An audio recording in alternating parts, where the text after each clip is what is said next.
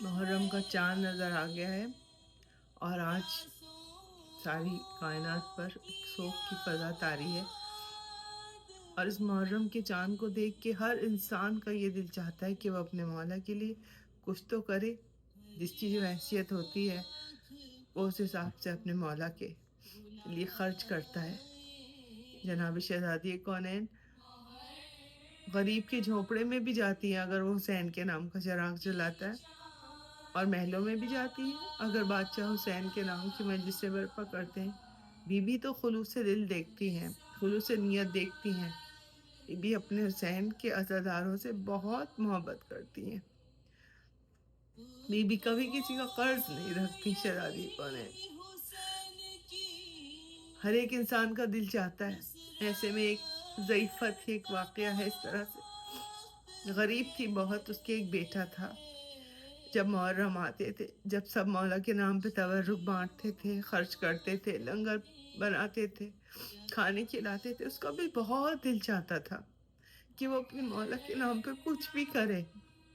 تو اس کے پاس ایک چمڑے کی مشکیزہ تھی، وہ مشکیزے میں پانی بھرتی تھی اور شکوروں میں پانی پلاتی تھی عزاداروں کو۔ ہر امام بارگاہ کے ہر مجلس کے باہر کھڑی ہو جاتی اور کہتی ہے، لو حسین کے نام کا پانی پی لو، علی اکبر کے نام کا پانی پی لو، شہزادی سکینہ، شہزادے علی اصغر کے نام کا پانی۔ پھر بی بی سے کہتی، بی بی میرے پاس تو بس یہی ہے اور کچھ نہیں ہے، بس اس پانی پلانے کو قبول کر لیجیے گا۔ پورے 10 دن اس کا یہی کام رہتا تھا۔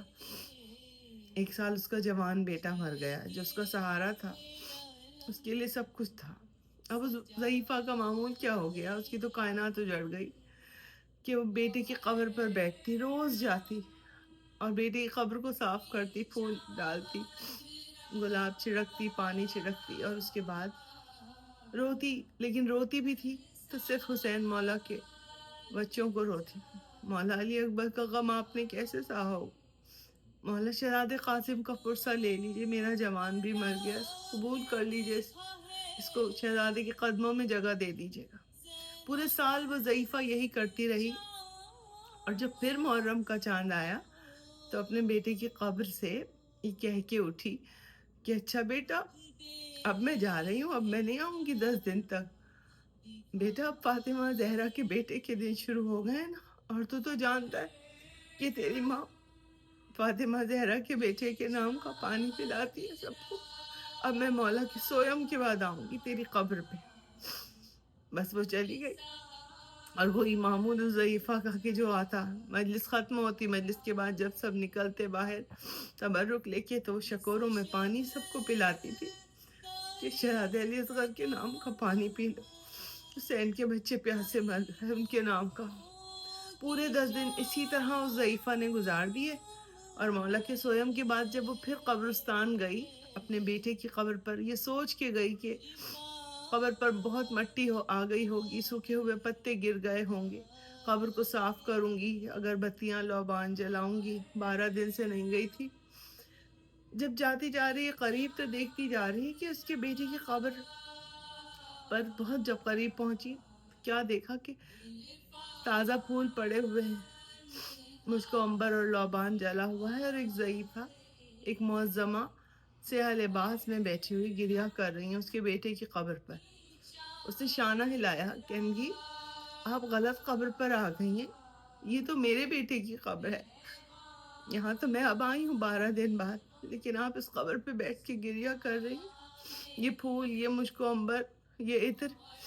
ایک مرتبہ معظمہ کھڑی ہوتی ہیں، کہتی کہ تو 10 دن تک میرے بیٹے کی خدمت کر رہی تھی، تو میں 10 دن تک تیرے بیٹے کی قبر پر آتی تھی، تو نے یہ کیسے سوچ لیا کہ میں تیرے بیٹے کی قبر کو چھوڑ دوں؟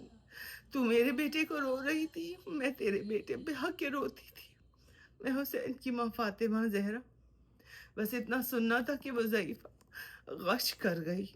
تو یہ بیوی ہماری وہ شہزادی ہیں عزاداران امام جو آپ سے بہت محبت کرتی ہیں۔ آپ دعائے فاطمہ بن کر اس دنیا میں آئے، پرسہ قبول کیجئے اور گریہ کیجئے، بالکل اسی طرح جیسے ہمارے گھر سے یہ 72 جنازے نکلے، یہ جنازے فاطمہ زہرا کے گھر سے نہیں، ہمارے گھروں سے نکلے۔